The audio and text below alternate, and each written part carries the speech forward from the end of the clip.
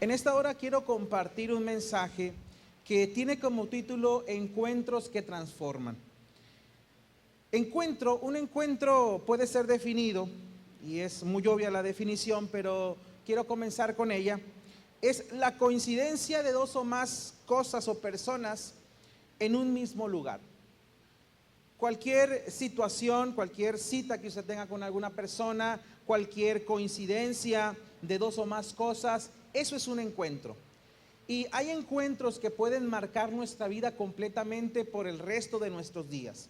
Por ejemplo, un encuentro que marca por el resto de nuestros días esa decisión es, por ejemplo, con quién nos vamos a casar, ¿verdad, hermana María?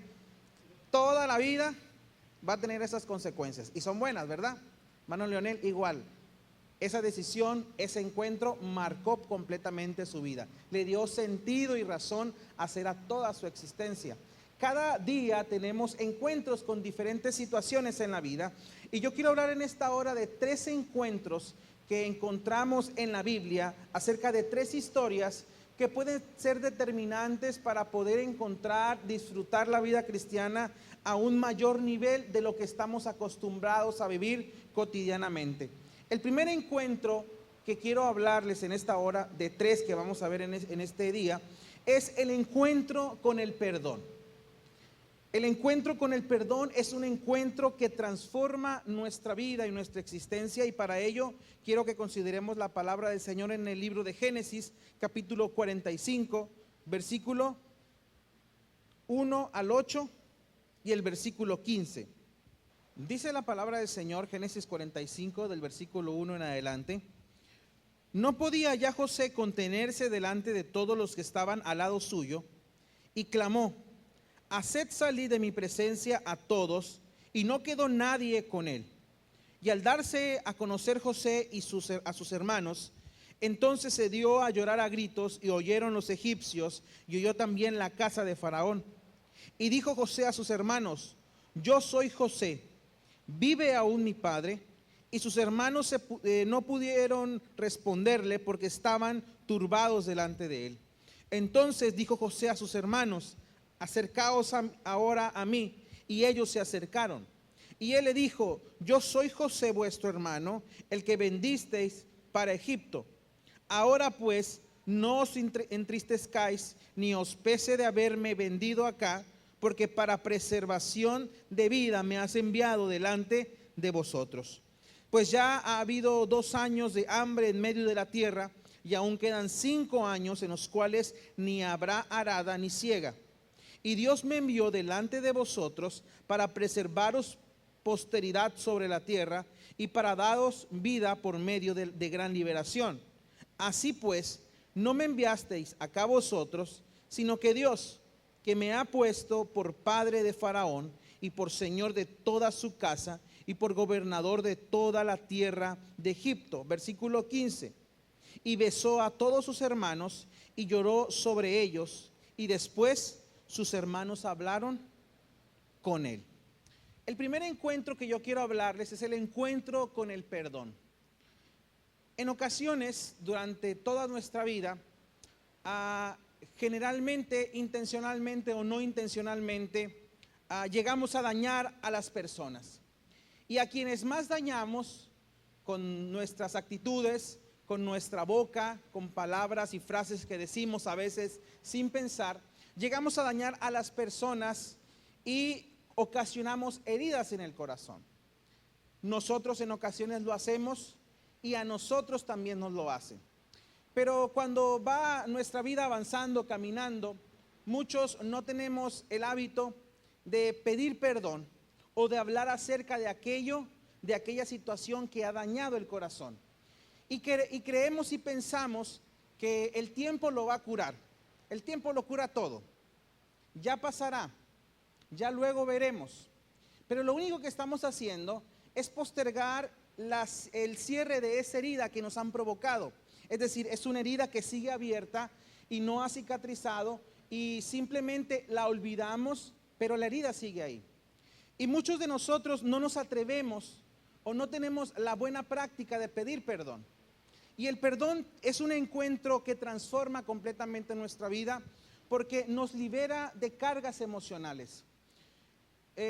Durante toda nuestra vida, en las relaciones que tenemos con nuestros padres, con nuestros hijos, nuestros amigos, nuestros compañeros de trabajo, nuestros hermanos aquí en la iglesia, vamos desarrollando en base a estas situaciones que no sanamos, vamos cargando deudas emocionales, y son pesares en nuestro corazón que pensamos que no están haciéndonos daño, pero en realidad sí lo están haciendo. El pasaje que leímos es un pasaje que nos habla no implícitamente, sino explícitamente de lo que significa el perdón. José había sido vendido por sus hermanos, había sido llevado a Egipto y había vivido una vida que no fue la mejor. Las situaciones cambiaron, pero para llegar a la posición de gobernador de Egipto, él tuvo que pasar situaciones muy difíciles de sufrimiento. Y eso de alguna manera en el corazón va creando amargura, va creando rencor, va creando algo en el corazón de José. De hecho, cuando él se da cuenta que sus hermanos vienen a pedirle comida, recordará que no se lo dice de momento. Crea ciertas situaciones o ciertas circunstancias, inclusive pareciera que es un poco abusivo José, porque no se revela a sus hermanos, sino porque pareciera que hay un tipo de venganza. Crea todo en historia, un teatro, los manda, esconde una copa y ahí está queriendo que Benjamín no regrese, sino que se quede como un aval para poder tenerlo y secuestrarlo prácticamente, en un sentido muy estricto. Pero en el corazón de José necesitaba perdonar a sus hermanos. Había llegado a una posición importante en Egipto, era gobernador, era la segunda persona más importante después del faraón. Y tenía riquezas, tenía posición, tenía fama, tenía éxito. Era un hombre que tenía todo lo que quería. Pero había una cosa que todavía no había arreglado en su corazón, y era el perdón. No se había encontrado con sus hermanos y no había sido expuesto a una emoción tan grande que lo lleva a describir en este capítulo 45: sálganse todos, me quiero quedar con mis hermanos. Y vemos la descripción del capítulo, y es muy emotiva la manera en que él se da a conocer a sus hermanos. Me gusta la manera en que José se da a conocer, porque no hay una forma de pedir perdón como generalmente: oye, te pido perdón, ¿me perdonas o no me perdonas? Sino que la actitud de José es una actitud que de antemano está perdonando a sus hermanos. Dense cuenta cómo José perdona a sus hermanos y no les tiene rencor, porque sabe que Dios le llevó hasta ese momento para poder cumplir un plan maravilloso de Dios de preservar la vida de la familia de Jacob, y por lo tanto del pueblo de Israel, y por lo tanto de donde iba a venir nuestro Señor Jesucristo. Noten bien cómo Dios tiene el control de todas las cosas, y Él los perdona, y Él tiene este momento de encuentro con ellos, y Él les perdona sabiendo que lo mal que ellos pudieron haberle hecho a José, no les tiene en cuenta ese mal, sino que reconoce que lo que él vivió, la razón por la cual llegó, no es porque los hermanos lo hayan vendido, sino porque el Señor tenía un propósito mayor. Y me gusta mucho la manera en que relata el versículo 15 sobre este perdón, porque expresa por medio del versículo 15 esta emotividad que puede surgir en el perdón. Cuando hay un perdón genuino, cuando se ofrece el perdón y cuando se recibe, hay liberación completamente en el alma. Y dice el versículo 15: y besó a todos sus hermanos y lloró sobre ellos. No había tenido la oportunidad de verlos desde la última vez que lo vieron a él, es cuando estaba siendo vendido. Y José tiene que tener este encuentro con el perdón porque tenía todo en la vida. Tenía éxito, tenía fama, tenía riquezas, tenía propiedades, tenía el favor del faraón, pero no tenía esa paz que muchas veces no vamos a encontrar y no vamos a conseguir en base de economía, de dinero, de favores. Y muchos de nosotros puede ser que tengamos en nuestra vida todavía deudas emocionales, perdones que no hemos ofrecido, o perdón que no nos han querido dar algunas personas que nos han dañado. Tenemos que buscar la manera de disponernos para pedir perdón a aquellas personas que hemos hecho daño. Durante toda nuestra vida, les digo, intencionalmente y no intencionalmente, puede ser que hemos dañado el corazón de algunas personas, nos han dañado el corazón. experiencias que no estaban completamente en nuestro control, pero que de alguna manera Dios está cuidando nuestra vida y Dios quiere que pidamos perdón, que nos acerquemos a las personas que hemos hecho daño o que nos han hecho daño a nosotros para liberarnos completamente y tener un encuentro transformador como lo es el perdón. Hay perdones que son tan necesarios para seguir caminando, para poder amar a alguien, para poder convivir sanamente, pero pensamos que el tiempo va a curar todas las heridas. Pero lo que va a curar verdaderamente las heridas y lo que va a curar verdaderamente el corazón es la decisión de poder perdonar. Y perdonar no es un sentimiento, hermanos. Perdonar, así como amar, es una decisión. Yo decido perdonar, yo decido amar. Yo pongo mi voluntad para poder liberarme completamente. Muchas veces pensamos que el perdón no lo merecen las personas. Y de alguna manera podemos recordar nuestra vida cuando llegamos a los pies de Cristo, que ninguno de nosotros teníamos el mérito, las cualidades o las características para que Dios nos perdonara. Pero Dios nos perdonó, nos dio un perdón que fue incondicional. No se fijó en la magnitud de nuestro pecado, sino solamente vio la condición del corazón, que estábamos completamente separados de Él.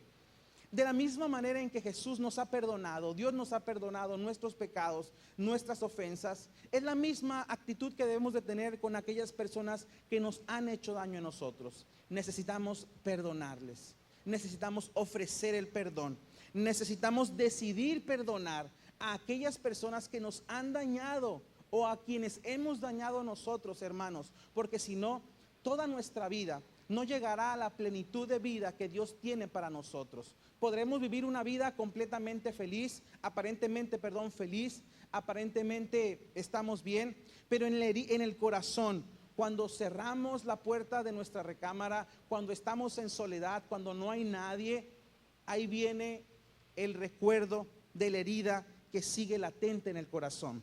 Entonces, este primer encuentro es el encuentro del perdón, un encuentro que transforma, un encuentro que libera el alma, un encuentro que nos hace caminar en la vida cristiana como el Señor desea que lo podamos hacer.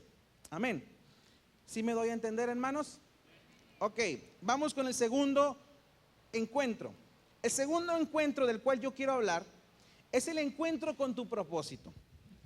Y para ello vamos a considerar la historia de Esther, que es usada para liberar para salvar a los judíos. Vayamos al libro de Esther, capítulo 4. Dice la palabra del Señor, Esther capítulo 4. Luego que supo Mardoqueo todo lo que se había hecho, rasgó sus vestidos, se vistió de cilicio y de ceniza y se fue por la ciudad clamando con grande y amargo clamor. Y vino hasta delante de la puerta del rey, pues no era lícito pasar adentro de la puerta del rey con vestido de cilicio. Y en cada provincia y lugar donde el mandamiento del rey y su decreto llegaba, tenían los judíos gran luto, ayuno, lloro y lamentación. Cilicio y ceniza era la cama de muchos. Y vinieron las doncellas de Esther y sus eunucos y se lo dijeron. Entonces la reina tuvo gran dolor y envió vestidos para hacer vestir a Mardoqueo y hacerle quitar el cilicio, mas él no aceptó. Entonces Esther llamó a Atac, uno de los eunucos del rey, que él había puesto al servicio de ella, y lo mandó a Mardoqueo con orden de saber qué sucedía, por qué estaba así. Salió pues Atac a ver a Mardoqueo a la plaza de la ciudad, que estaba delante de la puerta del rey. Y Mardoqueo le declaró todo lo que había acontecido y le dio la noticia de la plata que Amán había dicho que pesaría para los tesoros del rey a cambio de la destrucción de los judíos. Le dio también la copia del decreto que había sido dada en Susa para que fuesen destruidos los judíos, a fin de que se la mostrase a Esther y se lo declarase y le encargara que fuese ante el rey a suplicarle, a interceder delante de él por su pueblo. Vino Atac y contó a Esther las palabras de Mardoqueo. Entonces Esther dijo a Atac que le dijese a Mardoqueo: todos los siervos del rey y el pueblo y las provincias del rey saben que cualquier hombre y mujer que entra en el patio interior para ver al rey sin ser llamado, una sola ley hay respecto a él: ha de morir, salvo que a quien el rey extendiere el cetro de oro, el cual vivirá. Y yo no he sido llamada para ver al rey estos 30 días. Y dijeron a Mardoqueo las palabras de Esther. Entonces dijo Mardoqueo que respondiesen a Esther: no pienses que escaparás en la casa del rey más que cualquier otro judío, porque si callas absolutamente en este tiempo, respiro y liberación vendrá de alguna otra parte para los judíos, mas tú y la casa de tu padre pereceréis. ¿Quién sabe si para esta hora has llegado al reino? El segundo encuentro del cual quiero explicar y basarme en este momento es el encuentro con el propósito. La historia de Esther nos relata, y pongámonos así rápidamente en contexto, el pueblo de Israel no está en Jerusalén, está fuera de Jerusalén, en este momento está en Persia. Y en Persia, en el mismo reinado de Persia, en los mismos límites geográficos, se encuentra una colonia de judíos que vivían, que habían sido llevados exiliados y estaban viviendo en Persia. Después de cierto tiempo, Esther asciende al trono en base a un tipo concurso un concurso en el cual iban a elegir a una reina. La reina seleccionada fue Esther. Y con el pasar del tiempo hay intereses, hay maldad al interior. Y un personaje llamado Amán crea toda una historia y pone ciertas cosas ahí en el escenario para poder querer que los judíos fuesen destruidos completamente. Y cuando llega al conocimiento de Mardoqueo, familiar de Esther, le hace saber, y el relato que tenemos aquí es el momento en el cual se entera Esther del edicto que el rey ha emitido, en el cual dice que todos los judíos iban a ser destruidos. Cuando se enteran la noticia, Esther y Mardoqueo no se ven personalmente, sino que este eunuco llamado Atac sirve como mensajero. Le va y le dice y le responde, y tienen este diálogo que acabamos de leer en este momento. Esther se siente un poco turbada porque de primer momento no sabe cómo reaccionar. Dice la Biblia que tiene 30 días que el rey no la ha llamado, y es que en la antigüedad, en los reinados, nadie podía presentarse ante el rey si no era llamado por él, a menos que se presentara a reserva de que quisiera presentarse, pero existía la posibilidad de que éste moriría.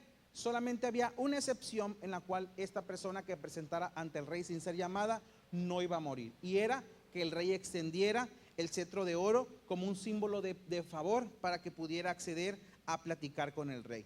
Esther está preocupada y de primer momento no sabe qué hacer. Está turbada por la noticia. Sus familiares, sus amigos, a quienes ella quiere, se encuentran a expensas de correr el riesgo de desaparecer. Sin embargo, hay una palabra, hay una pregunta que Mardoqueo le hace a Esther. Y es una pregunta que la ubica a Esther con el propósito, con el llamado que Dios le había hecho. Mardoqueo le dice en el versículo 14 al final: ¿quién sabe si para esta hora has llegado al reino? Es una pregunta que cala completamente la vida de Esther, porque ella piensa que ha ascendido al trono como reina por su belleza, por sus méritos, por casualidades o por lo que usted quiera. Pero el Señor la había llevado hasta ese lugar de posición con un propósito, para la hora específica, para el momento específico que estaba viviendo Esther. Y era que ella tenía la oportunidad de entrevistarse con el rey para poder destruir completamente el edicto que había hecho para los judíos de destruirlo. Aunque no lo puede destruir, no lo puede suprimir, sino que lo que sucede en realidad más adelante en el pasaje es que hay una nueva ley que le dice que los judíos sí se pueden defender. Pero la historia nos revela y nos relata que Esther tiene que tener un encuentro con su propósito, con el llamado que Dios le había hecho, para la razón por la cual Esther estaba en el lugar que estaba. Anteriormente ella podía decir cualquier otra cosa por la cual ella estaba donde estaba, pero el Señor la había puesto en ese lugar, en esa situación, con la razón y con el motivo de liberar a los judíos. Muchos de nosotros caminamos en la vida, caminamos nuestro cristianismo, pensando que el propósito del Señor, lo digo con mucho respeto y cuidado, que es venir a la iglesia, que es congregarnos solamente, que es participar en los programas, que es estar involucrados de alguna manera, solamente de una manera muy pasiva en la iglesia. Pero más allá de estar en la iglesia, más allá de congregarnos, el Señor espera que nos encontremos con nuestro propósito. Es decir, el Señor le ha dado un propósito, un llamamiento, un ministerio, un don que tenemos que poner en práctica. Muchos de nosotros los tenemos identificados, pero muchos todavía no saben para qué el Señor los ha llamado. Y a esas personas yo quiero dirigirme en este momento. Necesitamos encontrarnos con nuestro llamado, con nuestro propósito de vida, para poder realmente potencializar toda nuestra vida cristiana y encontrarle el sentido a la vida. Encontrarle el sentido, la razón de ser por la cual el Señor nos llamó.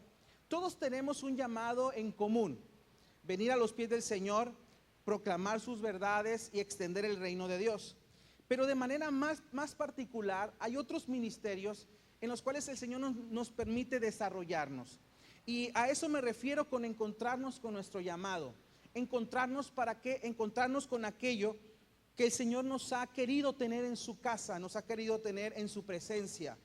Tal vez algunos tienen algún don, algún ministerio, alguna habilidad que no ha querido reconocer que es parte de lo que el Señor quiere en los cuales tú trabajes.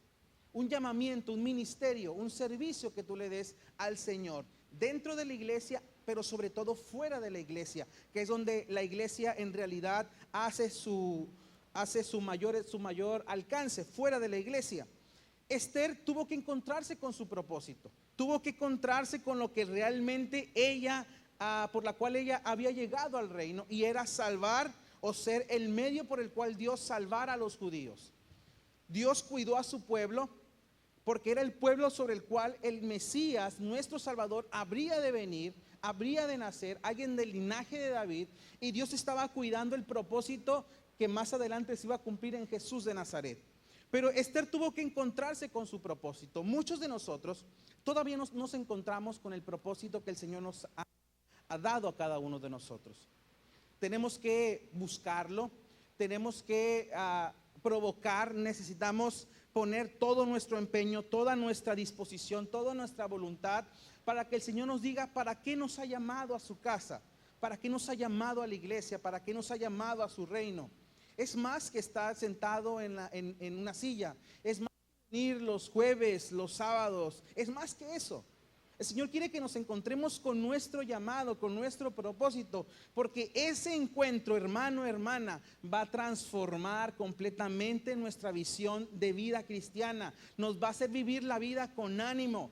No vamos a decir, bueno, no, hoy no quiero servir, hoy no quiero hacer algo para el Señor, no, hoy estoy cansado. No, porque cuando alguien encuentra su propósito, está apasionado por aquello, por lo que el Señor le ha llamado. No importa el cansancio, no importa la economía, lo hacemos porque nuestro corazón ha sido conquistado por el Señor, por el llamamiento que Él nos ha hecho. Entonces, el segundo encuentro que nos transforma, hermanos, es un encuentro con nuestro propósito específico para nuestra vida cristiana. Y quiero que pasemos rápidamente al tercer encuentro que nos transforma, y es un encuentro con Jesús. Y para representar este encuentro quiero hablar sobre la manera en que Jesús encuentra a Saulo de Tarso, su perseguidor. Vayamos al libro de Hechos, capítulo 9. Capítulo 9 de Hechos dice: Saulo, respirando aún amenazas y muerte contra los discípulos del Señor, vino al sumo sacerdote y le pidió cartas para las sinagogas de Damasco, a fin de que si hallase algunos hombres o mujeres de este camino, los trajesen presos a Jerusalén. Mas yendo por el camino, aconteció que al llegar cerca de Damasco, repentinamente le rodeó un resplandor de luz del cielo. Y cayendo en tierra, oyó una voz que le decía: Saulo, Saulo, ¿por qué me persigues? Él dijo: ¿quién eres, Señor? Y le dijo: yo soy Jesús a quien tú persigues. Dura cosa te es dar coces contra el aguijón. Él, temblando y temeroso, dijo: Señor, ¿qué quieres que yo haga? Y el Señor le dijo: levántate y entra en la ciudad, y se te dirá lo que debes hacer. Saulo de Tarso es un hombre religioso y es un hombre que teme al Señor. Es un hombre que conoce perfectamente la ley, es un fariseo, es un doctor, alguien que conoce de pies a cabeza lo que representa la ley para el pueblo judío. Es un hombre que tiene un conocimiento increíble, no solamente en la ley, sino en interpretar la ley, que era un trabajo distinto. No solamente eran los levitas, sino alguien que interpretaba la ley. Pablo era un intérprete de la ley. Y era un hombre que era celoso con las cuestiones religiosas de los judíos. Ese mismo fervor que le hace perseguir a aquellos que se están levantando en nombre de seguidores de este Jesús que había resucitado y que estaba todavía teniendo influencia en algunos de las personas que vivían en Jerusalén principalmente. Noten bien cómo en el pasaje no se les llama todavía cristianos, sino se les conoce como los del camino, los de este camino. Y es que en este momento tan temprano de la iglesia cristiana, todavía no se le llama cristianos a los seguidores de Jesús. Eso sucede más adelante en la iglesia de Antioquía, cuando por primera vez son llamados cristianos, la iglesia donde se congregaba nuestro hermano Pablo, ¿verdad? Ahí es por primera vez donde se le llaman cristianos. Pero este pequeño grupo de hombres y mujeres representaba una amenaza al judaísmo, porque ellos decían que no era necesario cumplir a cabalidad todo lo que tiene que ver con la ley, sino que ahora lo que era importante era la fe en Jesús. Eso rompía completamente con el legalismo de los judíos, que tenían todas unas leyes bien estructuradas, y no solamente los 10 mandamientos, había una infinidad de leyes complementarias a los 10 mandamientos. Cuando eso sucede, Pablo siente que hay amenazas en contra del judaísmo, y él sale a perseguir a los cristianos, a los de este camino, dice Hechos. Noten bien, y quiero que veamos en la cualidad de Pablo, que Pablo es un hombre que ama a Dios, un hombre que conoce al Señor, al mismo Dios que tú y yo tenemos. Es un hombre que quiere hacer las cosas bien. Tenía conocimiento sobre Dios, tenía intelecto sobre Dios, tenía información sobre el Dios del Antiguo Testamento, pero no había sucedido algo poderoso en la vida de él que transformara completamente su vida. Y eso sucede camino a Damasco, cuando él va a apresar a los cristianos.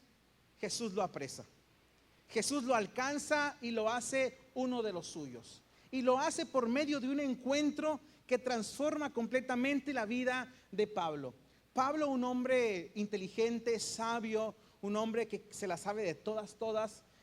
Me llama la atención cómo el relato nos habla cómo queda Pablo después de que el resplandor lo hace que caiga.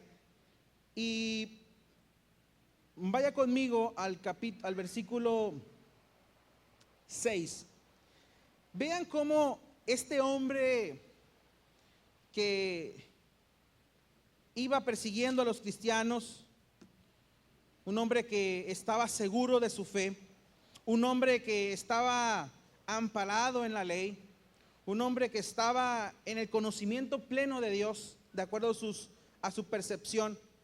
Cuando él cae en tierra, dice el versículo 6, que él se encuentra temblando y ¿qué? Y temeroso. Me gusta este desarme que el Señor le hace a Pablo.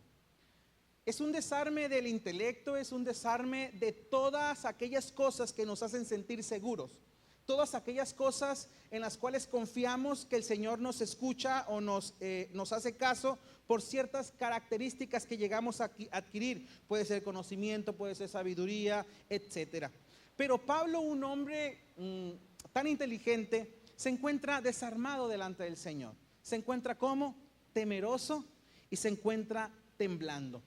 Me gusta mucho la imagen porque es el encuentro que transforma a Pablo, donde quedan a un lado todo el conocimiento, queda a un lado toda la sabiduría, toda la información sobre Dios, y se queda solamente delante de Jesús tal cual es, sin caretas, sin apariencias, sencillamente como Dios nos ve.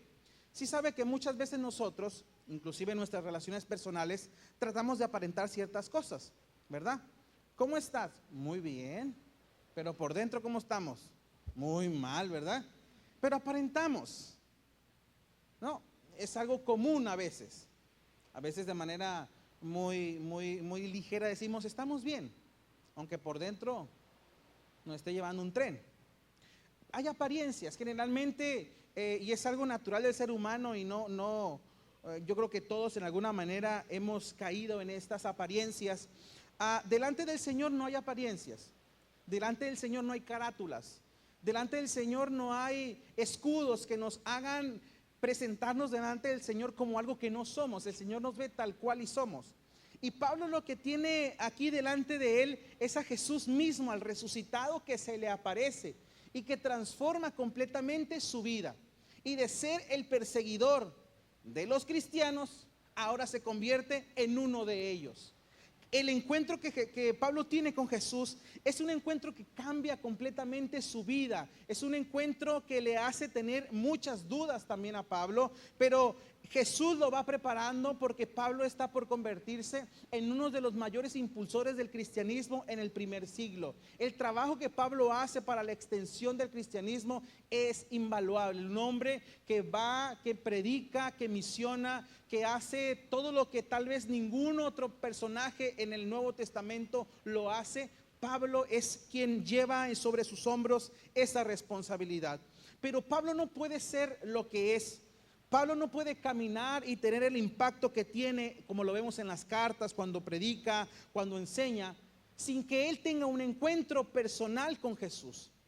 Muchos de nosotros tenemos información sobre Dios, conocemos quién es Dios, nos han contado quién es, cómo vino, etcétera. Tenemos información, pero muchos de nosotros no nos hemos encontrado todavía al nivel que el encuentro tiene de Pablo con Jesús. Y es que el encuentro con Jesús, hermanos, es un encuentro que nos transforma completamente. Un encuentro que cambia totalmente nuestra vida. Y ese es el punto que a veces no predicamos con el énfasis que debiéramos de hacerlo, porque el evangelio de Jesús, el encuentro con Jesús, hermanos, es un encuentro que transforma. ¿Cuántos dicen amén? Un encuentro que transforma completamente. Aquel hombre que era un alcohólico, aquel hombre que tomaba y no se cansaba de tomar y no había en su sangre más que otra cosa más que alcohol, de la noche a la mañana sucede un cambio radical. El hombre deja de tomar.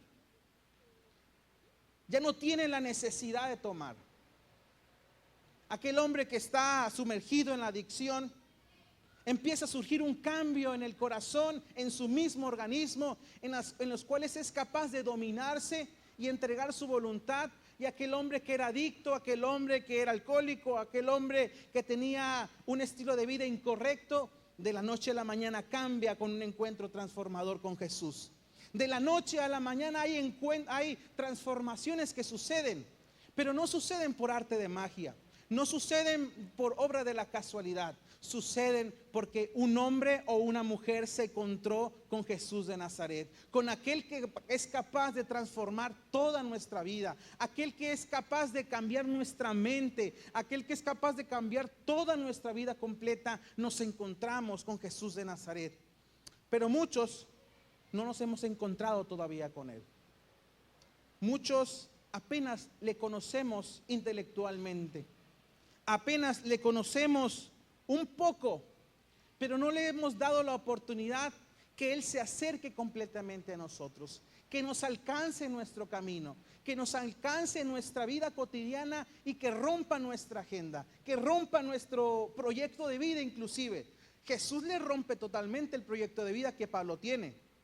Él quería ser un hombre que quería enseñar a otros, pero Jesús cambia completamente el proyecto de vida que Pablo tiene. Los sueños de Pablo se van, los anhelos que Pablo tiene se van. Ahora los propósitos del Señor, los anhelos del Señor son instaurados en la mente de Pablo, en la vida de Pablo. Y ahora tenemos un hombre pequeño, algunos creen que es un hombre bajo de estatura, con un poco enfermizo también, pero un hombre que es encontrado por Jesús, transformado por Él, y transforma a todo un continente por medio de la palabra del Señor. Pero si Pablo no hubiese tenido un encuentro con Él, él nunca hubiera hecho lo que Él hizo. Y muchos de nosotros evadimos, hacemos lo mínimo para encontrarnos con Jesús. Hacemos lo mínimo, no nos queremos encontrar con Él.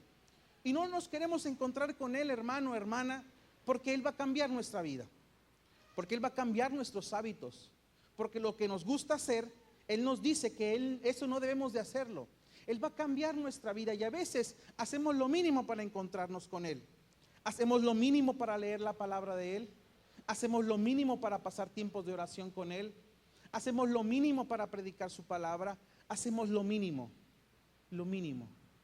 Y con lo mínimo nos sirve. Necesitamos completamente entregar nuestra voluntad para que el Señor nos encuentre. Sea que necesitemos un encuentro con el perdón. Sammy, ¿dónde está Sammy? Sea que necesitemos un encuentro con el perdón, un encuentro con nuestro propósito o un encuentro con Jesús. Cualquiera que sea tu necesidad de encontrarse en esta hora, yo quiero decirte, Jesús está aquí. Jesús está aquí y quiere encontrarse contigo. Quiere cambiar tu vida. Quiere alterar tu agenda. Quiere alterar tu vida, tu existencia completamente. Quiere darte los propósitos mayores y mejores que Él tiene. A veces pensamos que nuestras ideas y nuestros anhelos son mejores. Pero cuando los comparamos con el Señor, Él tiene cosas mejores para nosotros. Cosas mejores que Él quiere hacer con nosotros. O tal vez no hemos aprendido a perdonar. No hemos aprendido a soltar, a liberar. No hemos dejado que una herida del corazón se cicatrice completamente. El Señor está aquí. El Señor quiere hacer algo contigo, mi hermano, mi hermana. Sea que no encuentres el sentido de tu vida, del cristianismo, sea que no tengas la disponibilidad de perdonar, o sea que conoces sobre Dios, pero no te has encontrado con Él. El Señor está aquí y quiere hacer algo en tu vida. No es obra ni de la casualidad, ni siquiera totalmente una decisión tuya estar aquí. Sobre nuestra voluntad y nuestra decisión está la decisión del Señor.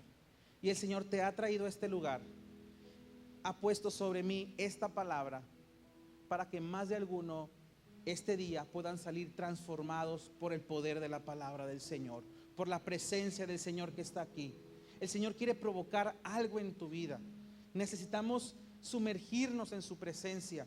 Y yo quiero abrir un tiempo, un espacio para tener un tiempo de altar. Que podamos pasar todos al altar. Porque todos de alguna manera necesitamos del Señor. Nadie de los que estamos aquí podemos decir, yo no necesito del Señor. Todos necesitamos de Él.